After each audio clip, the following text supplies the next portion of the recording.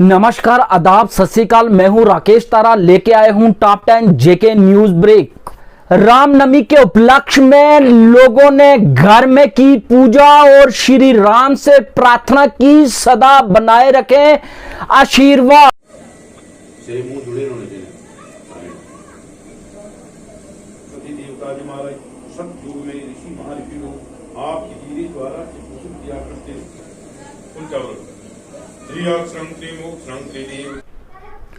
आज सुबह बावे वाली माता के दरबार पर भक्तों की लगी लाइन और जयकारे के साथ माता के किए दर्शन और पाया आशीर्वाद।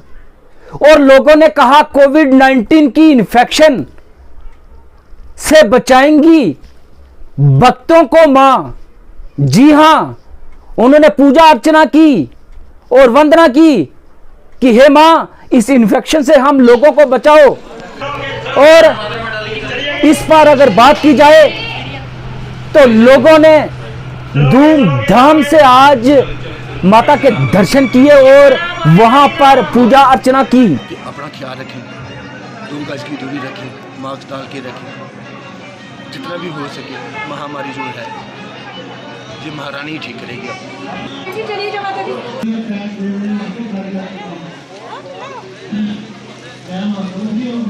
नवरात्रों में बीजी जाती है खेती और उसकी की जाती है नवरात्रों में पूजा, और इसमें शुभ माना जाता है। कहते हैं कि जिस घर में मां की कृपा हो वह खेती बड़ी होती है, और इस पर विसर्जन किया जाता है। आज जम्मू के तवी नदी में भक्तों ने की विसर्जन और कहा कि मां का आशीर्वाद बना रहे हमेशा हमारे साथ।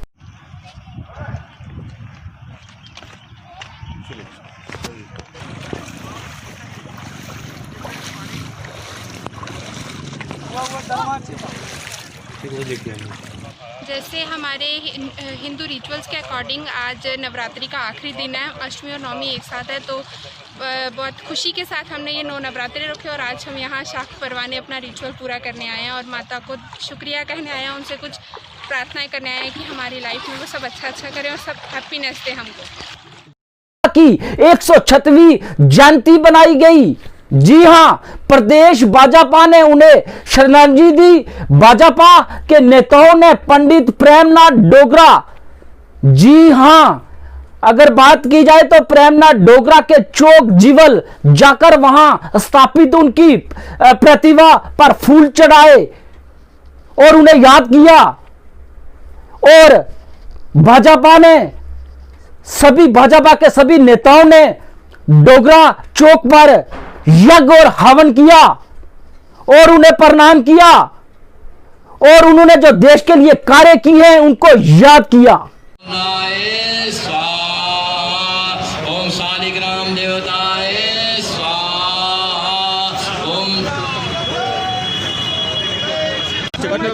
डोगरा जी को आज आप देख रहे हैं कि किस तरह से श्रद्धांजलि दी जा रही है, उनको याद किया जा रहा है। उन्होंने जो जम्मू कश्मीर के लिए किया है वो कभी कोई भुला नहीं सकता। इनकी प्रेरणा से ही जनसंघ और फिर भारतीय जनता पार्टी, और आज भारतीय जनता पार्टी देश भर में एक लोकप्रिय पार्टी बनी हुई है। देश के प्रधानमंत्री भारतीय जनता पार्टी के पंडित प्रेमनाथ डोगरा जी की प्रेरणा से ही जम्मू कश्मीर में एक से बढ़कर एक कदम जो है वो उठाए गए हैं। आज पूरा देश पंडित प्रेमनाथ डोगरा जी को याद कर रहा है और उनकी जो सोच थी उस सोच को आगे बढ़ा रहा है और आगे लिया जा रहा है। जम्मू में लीलाकरण ने की प्रेस कॉन्फ्रेंस और कहा देश के हित में ना बोलने वालों पर साधा निशाना। कहा कि को जो देश के हित में नहीं उसको देश में रहने का अधिकार नहीं। नेहरू जी की एफिनिटी वादी शेख अब्दुल्ला और नफरत वादी महाराजा हरि सिंह, उनको कोहाला में 4 दिन बंद रखा। उसका जो बदला लेने के लिए उन्होंने जिस तरह किया था ऐसी ही। तो जब 1953 में शेख अब्दुल्ला को गिरफ्तार किया तो 70 साल लग गए, और उसके लिए जितना जम्मू ने और लद्दाख ने सफ़र किया इतना इन्होंने ब्लैकमेल किया और कश्मीरियों को भी ब्लैकमेल किया, जम्मू को ब्लैकमेल किया, लद्दाखियों को ब्लैकमेल किया। तो ये जो है इसमें ये भूल जाएं, ये इसको वापस आएगा। और अगर इनको बड़ी तकलीफ हो रही है कि ये इलीगल है तो सुप्रीम कोर्ट गए हैं, wait for the decision of the supreme court. क्यों ये शोर शराबा कर रहे हो? तो उल्टा है।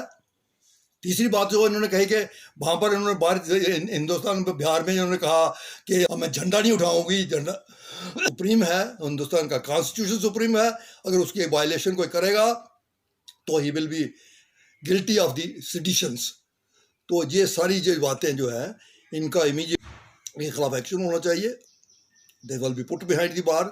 और बाकी रहा इनका प्रेसिडेंट शिवसेना के अशोक गुप्ता ने जोरदार प्रदर्शन किया जम्मू में और कहा देश का झंडा ना उठाने वालों को भेज दिया जाए चाइना या पाकिस्तान।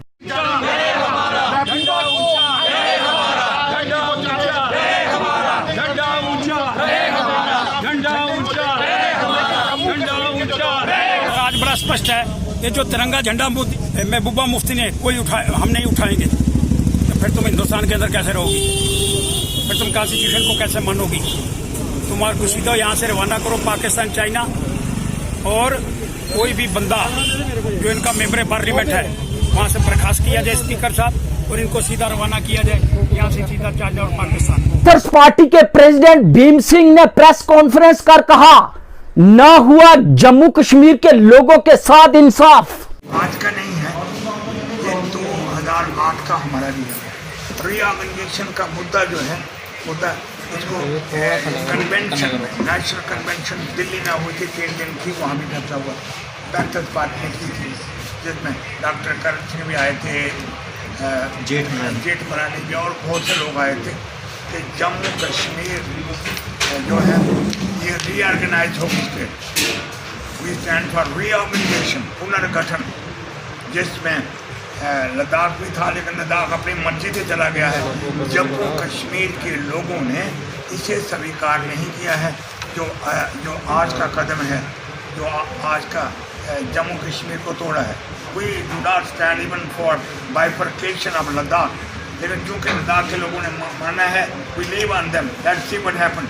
लेकिन जो जम्मू कश्मीर है ये 200 साल पुरानी है। इसको बनाया महाराजा गुलाब सिंह ने, डोगरों ने बनाया। इसके लिए हज़ारों नौजवानों ने जम्मू और कश्मीर में कुर्बानी दे दी।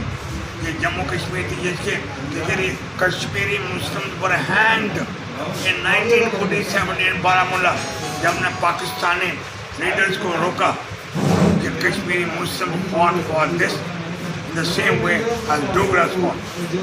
Jammu and Kashmir is creation of the sacrifices of the people of Jammu and Kashmir both. Therefore, we do not accept neither Kashmir Declaration nor so-called Jammu Declaration. मैं इसलिए कह रहा हूँ, आपने पैंथर्स पार्टी का जम्मू डिक्लेरेशन से कोई लेना देना नहीं है।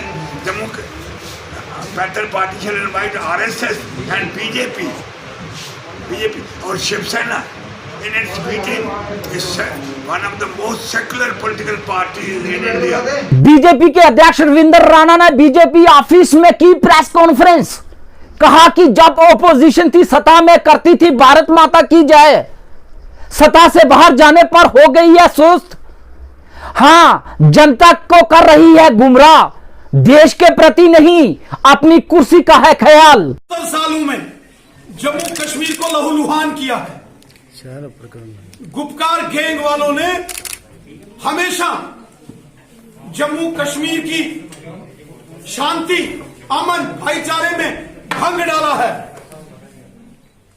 और अब ये मिलके पीपल्स अलायंस बनाने का जो षड्यंत्र कर रहे हैं, ये पीपल्स अलायंस नहीं है, ये जम्मू कश्मीर की जनता का अलायंस नहीं है, ये पावर हंग्री लोगों का, सत्ता के भूखे लोगों का गठबंधन है। ये गुपकार गैंग, और इन गुपकार गैंग वालों को जम्मू कश्मीर की जनता जानती है, इनके काले कारनामों को। जब ये सत्ता में रहते हैं तो भारत माता की जय जयकार, वंदे मातरम, हिंदुस्तान जिंदाबाद, लेकिन जैसे ही जम्मू कश्मीर की जनता ने इनको सत्ता से उखाड़ के फेंका तो इनको पाकिस्तान और चीन याद आता है।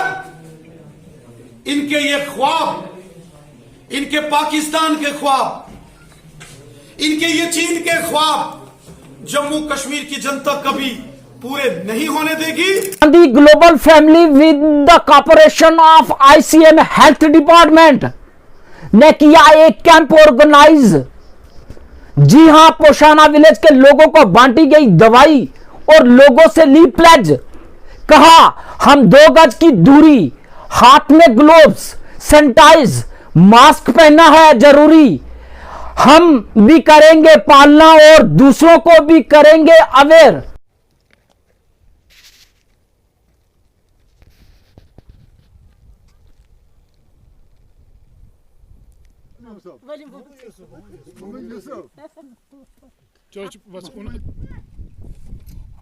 चीज़ों का हमेशा से ध्यान रखेंगे। एक, हम जो है वो प्रॉपरली अपने हाथ जो है वो धोएंगे, बार बार साबुन से धोएंगे और सबको आगाह करेंगे कि वो हाथ धोएं।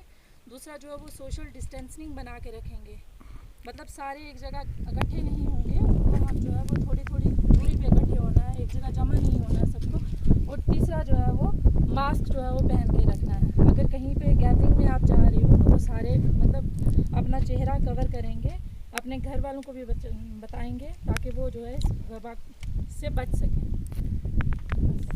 Thank you. करेंगे गृह विभाग की, बीआरओ गृह विभाग जी हां हमेशा सुस्त रवैया रखती है रोडों के मामले में। इस पर अगर बात करें तो नतीजा यह है कि केजी और बफलियाज रोड हर वक्त देती है खतरे का न्योता, जो लगातार 3 दिन से वाहन दुर्घटनाग्रस्त, जिसमें ड्राइवर की बची जान, माल का हुआ नुकसान। वहीं स्थानीय लोगों ने कहा रोड और कलवट पूरी तरह से खराब, या करे इसको ठीक या करे वाहनों का आना जाना बंद। यहाँ पे एक ट्रक एक्सीडेंट हुआ है जो हमारी रजौरी टू बफलियाज तक की रोड है। ये बहुत ही गंदी और एकदम बेकार रोड है। यहाँ पे आए दिन ये जो टॉप मनियाल गली से लेके थाना मंडी या बफलियाज का इलाका, यहाँ पे डेली कोई ना कोई ट्रक एक्सीडेंट हो रहे हैं। आए दिन यहाँ पे परसों भी एक ट्रक एक्सीडेंट हुआ, आज रात को भी एक ट्रक एक्सीडेंट हुआ। जितनी भी लोड कैरियर गाड़ियाँ जाती हैं बहुत मुश्किल और परेशानी से जाती हैं। इसका सबसे बड़ा कारण यही है कि यहाँ की रोड बिल्कुल टोटली ख़राब रोड है। हाँ बोलो। मैं पटन से आ रहा था, मुरादाबाद जा रहा था और मैं मोड़ पे जैसे गाड़ी मैंने मोड़ी गाड़ी, आगे से स्विफ्ट गाड़ी वाला आ गया। उसे बचाने के लिए मैंने थोड़ी सी गाड़ी 2 फीट पीछे ली, गाड़ी डिसबैलेंस हो गई, गाड़ी खाई में पलट गई। आज जेके न्यूज ब्रेक के साथ बात करते हुए लोगों ने कहा बाबा गुलाम शाह बादशाह यूनिवर्सिटी में 25% के कोटे को भी नहीं दिया जा रहा पूरी तरह से।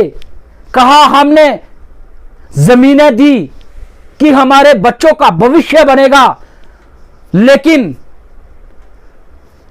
वहीं पर पूरी तरह से 25% का कोटा नहीं मिल रहा, कोटा नहीं दिया जा रहा, नौकरियां नहीं दी जा रही। अगर बात की जाए तो वीसी की चेयर खाली है। हम लोगों का यही कहना है कि खिता पीर पंजाल में भी ऐसे पढ़े लिखे लोग हैं जो वीसी की चेयर पर बैठ सकते हैं। उन्होंने कहा कि हमारी पुरजोर अपील है लेफ्टिनेंट गवर्नर से कि कोई पीर पंजाल के एरिया से ही हमारा जो वीसी जो है रखा जाए, ताकि वो इन लोगों की कीमती जमीनें जिस तरह से इन्होंने दी हैं, इन बच्चों ने इन्होंने जो बच्चों को जिस तरह जिस परेशानी से पढ़ाया है और सपना देखा था कि हम भी हमारे घर में है यूनिवर्सिटी और हमारे बच्चे जो कि पढ़ लिख कर बड़े ओहदे पर जाएंगे, उन्हें नहीं मिल रही एडमिशन। जी हां, 25% से 50% होनी चाहिए थी, लेकिन 25 से भी गिरकर 20 भी नहीं हो रही। जी हां, उन्होंने कहा कि हम चाहते हैं कि खिता पीर पंजाल का वीसी बैठे, तो कहीं ना कहीं हमने जो जमीनें दी हैं, वो जमीनें जो उपजाऊ जमीनें थी, हमारा माल मवेशी वहां पलता था, लेकिन हमने अपने बच्चों के फ्यूचर के लिए दे दिया। और आज हमारे बच्चे ही कोई जम्मू, कोई दिल्ली, कोई चंडीगढ़ जाकर ट्रेनिंग करता है, पढ़ाई करता है, अपने घर में यूनिवर्सिटी में उसे जगह नहीं मिलती। बाबा गुलाम साहब बादशाह यूनिवर्सिटी जब रजौरी में बनाई गई, उसका एक ही मकसद था कि यहाँ के लोकल जो बच्चे हैं वो बाहर जाके पढ़ते थे, वो यहाँ के लोकल यूनिवर्सिटी में पढ़ें, यहाँ पे दाखिल हों। लेकिन 25% कोटा रखने के बावजूद भी यहाँ पे वो कोटा फिल नहीं किया जा रहा है। यहाँ कि जैसे पहले हमारे मसूद चौधरी साहब थे यहाँ पे, उन्होंने बहुत ही अच्छा काम किया था और हर जगह उनका नाम था। उसके बाद आज तक हमने ऐसा सुना नहीं कि कोई ऐसा काम हुआ है। लेकिन अगर पोस्ट खाली हो चुकी है तो हम गवर्नमेंट से यही रिक्वेस्ट करते हैं, खुसूसी अपना गवर्नर साहब से, कि अगर हमारे लोकल कोई आदमी एडजस्ट किया जाए ताकि वो हमारे डिस्ट्रिक्ट रजौरी को, और ख़ासकर इसमें ये लिखा हुआ है और कि 25% कोटा जो है वो लोकल को दिया जाता है, मगर हमें लगता नहीं है कि 25% कोटा जो है वो लोकल को मिलता है। देखें जी, मैं तो पहले ये है कि मैं एक स्टूडेंट रह चुका हूँ बाबा गुलाम शाह बादशाह यूनिवर्सिटी का। तो जहाँ तक मैंने ऑब्ज़र्व किया है बाबा गुलाम शाह बादशाह यूनिवर्सिटी में, कि जो कोटा 25% जो स्टूडेंट्स का कोटा था, पहले तो मैं स्टूडेंट रिप्रेजेंट करूँगा कि जो कोटा है 25% जो स्टूडेंट्स का है वो भी यहाँ पे पूरी तरीके से फिल नहीं हो रहा है। तो आप देखें जैसे जम्मू कैंपस में चले जाएं, कश्मीर कैंपस में चले जाएं, यूनिवर्सिटीज़ के कैंपस में चले जाएं, वहाँ पे उनके जो कोटे हैं वो कोटे से एक्सटेंड होती हैं सीटें, ना कि वहाँ से कोटे से पीछे जाती हैं। यहाँ पे तो वो कोटा कंप्लीट कर नहीं रहे हैं यहाँ पे। तो मेरा लिहाजा एडमिनिस्ट्रेशन से और जो कंसर्न अथॉरिटीज़ है इनसे मेरी ये डिमांड रहेगी कि जो 25% जो कोटा बाबा गुलाम शाह जो स्टूडेंट्स का है उसमें या तो उसको एक्सटेंड करें, मैं तो बोलूँगा यहाँ इसको एक्सटेंड करना चाहिए, 25 से 50 करना चाहिए। अगर 50 नहीं कर रहे हैं तो कम से कम 25% तो उसको कंप्लीट कीजिए। एक हिंदुस्तानी नागरिक हूँ, यहाँ पे देखा गया है कि ये बहुत बड़ा नाम था, बाबा गुलाम शाह बादशाह यूनिवर्सिटी बनी, एक तालीम का दायरा बना, यहाँ पे बच्चों के लिए बना। यहाँ पे देखा गया है जब से यूनिवर्सिटी बनी हुई है, यहाँ से बाहर के बीसी जो हैं वो बाहर के आए, जितने भी आज तक वो बाहर के आए। मैं यही कहना चाहता हूँ अपनी दिल की गहराइयों से, मेरी आवाज़ हुकूमत तक पहुँचनी चाहिए, लोगों को भी मौका दिया जाए यहाँ पे बीसी आने का। बात करेंगे एक युवा की जिसने कोविड-19 महामारी में किया है भरपूर तरीके से काम और पूरी तरह से लोग जो हैं उस पर सहमत हैं। इस युवा का नाम है सुशील शर्मा। जी हां, राष्ट्रीय बजरंग दल के जनरल सेक्रेटरी।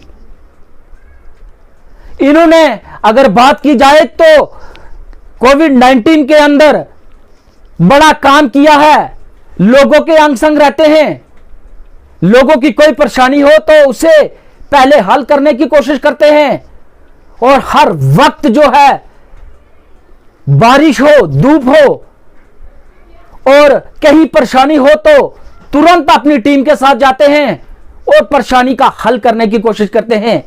जी हां, इसका नतीजा आप सुनकर दंग रह जाएंगे। होम मिनिस्टर अमित शाह ने इनके ट्वीट का दिया जवाब। जी हां, बीते कल होम मिनिस्टर अमित शाह का था जन्मदिन। सुशील शर्मा जी ने किया उन्हें ट्वीट और दी मुबारकबाद, और उन्होंने दोबारा इन्हें ट्वीट किया और कहा, आप जैसे युवा जिस तरह से कार्य कर रहे हैं देश में, हमारा भी मनोबल बढ़ता है। उनका जन्मदिन था, हमारे अमित शाह जी का जो गृह मंत्री हैं, तो मैंने उनको पहले तो कॉल करी। मैंने कॉल तो तब उन्होंने काट दिया फ़ोन। उसके बाद मैंने उनको मैसेज करके उनको मैंने बधाई दी, मैंने जन्मदिन की शुभकामनाएं दी, और उनका मुझे रिप्लाई आया कि आपके जो कार्य जो आप कर रहे हो वो कार्य जो है आप अच्छा करते हो, और मुझे भी आप लोगों से जो है वो शक्ति प्रदान होती है और मैं देश के लिए जो कार्य कर सकता हूँ। जैसा कि आप सब लोग जानते हैं कि अभी कुछ दिन पहले मेरी रिहाई हुई और मैं चाहती थी आप लोगों से बात करना, और साथ साथ I also wanted to appreciate जिस तरह से जिन हालात में आप लोगों ने काम किया। हमको तो अंदर कर दिया गया था, मगर जिस तरह से आपने कोशिश की कि जो जम्मू कश्मीर पे गुजरी ये 1 साल से ज़्यादा अरसा, अपने जान जोखिम में डाल के आप लोगों ने उसकी अक्कासी की। मुझे मालूम है बहुत मुश्किलात हुई, कई लोगों के मैं नाम नहीं लेना चाहती जिनको कार्गो बुलाया गया, दूसरे जगहों पे बुलाया गया, उनके ख़िलाफ़ FIR दर्ज हुई कि वो अपना जो काम है वो सही तरह से निभाते थे। जो फेसबुक पे हमारे बच्चे हैं या बच्चियां हैं उनका जीना हराम कर दिया है। तो ऐसे मुश्किल हालात में आप लोगों का जो आप लोगों ने काम किया, मैं उसके लिए आपको सबको सलाम करना चाहती हूँ। और मुझे लगता है कि यही करने की ज़रूरत है, क्योंकि जो हाल जम्मू कश्मीर का इन लोगों ने बना दिया, ऐसे में जब तक हम सब लोग इकट्ठे नहीं हो जाते, जिसमें जो आप जो हैं, जो जर्नलिस्ट हैं, जो मीडिया हैं, यहाँ जम्मू कश्मीर के रहने वाले हैं, जब तक हम इकट्ठे नहीं हो जाएंगे तो शायद जो मुकाबला जिस चीज़ का करने निकले हैं हम, उसमें हमें मुश्किलात आएंगी।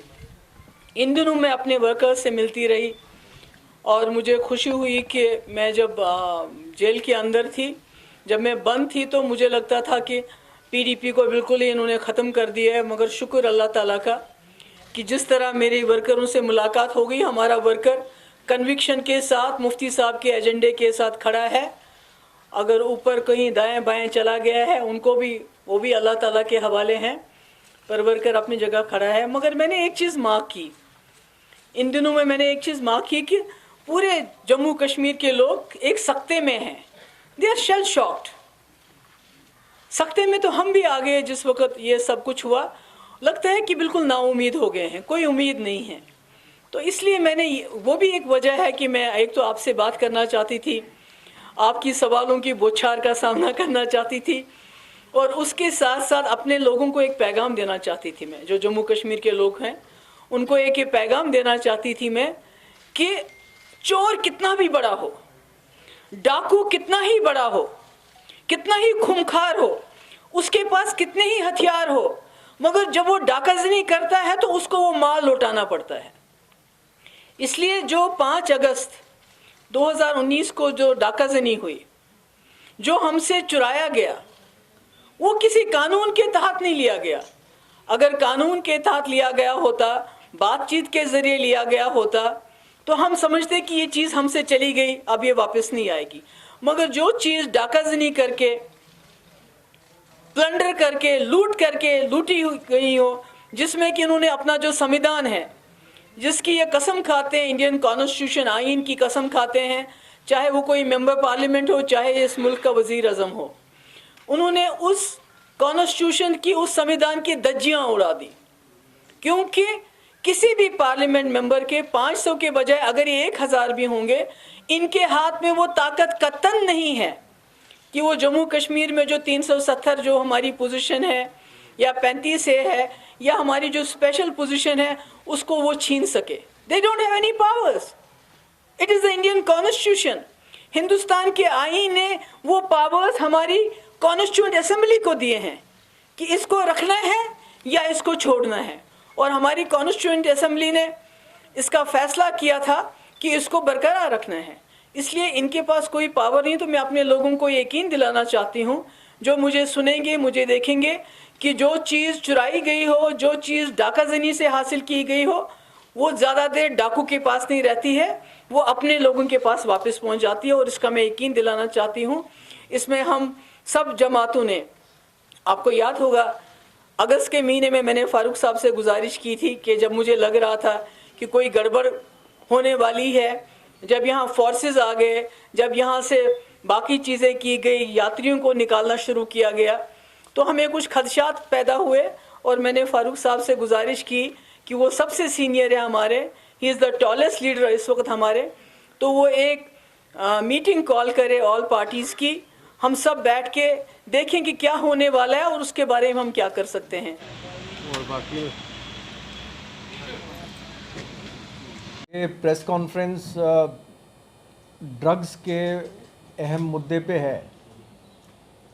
जहाँ तक कि आपको पता है, जम्मू पुलिस ने पिछले तकरीबन साल भर से ड्रग्स के ख़िलाफ़ एक जंग छेड़ी है, जिसमें ड्रग्स के मेन सप्लायर्स तक हम पहुंचने की कोशिश कर रहे हैं।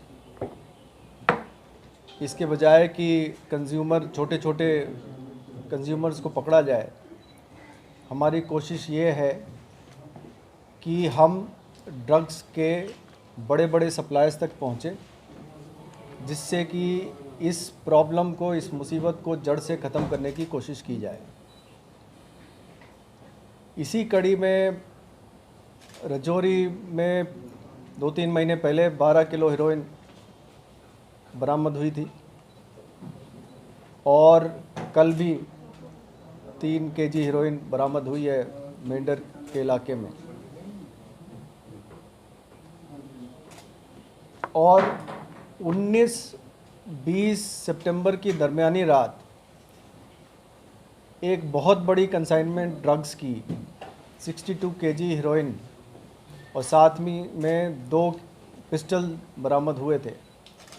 ये बीएसएफ ने बॉर्डर पे अरनिया के पास सीज़ किए थे। ये कम्प्लीटली ब्लाइंड केस था, जिसमें इमीडिएटली कोई हमारे पास लीड्स नहीं थे और सीज़र बिल्कुल फेंस पे हुई थी। हमें ये नहीं मालूम था कि भेजने वाला कौन है और रिसीव करने वाला कौन है। जम्मू पुलिस ने under the supervision of the DIG Jammu Samba Kathua range,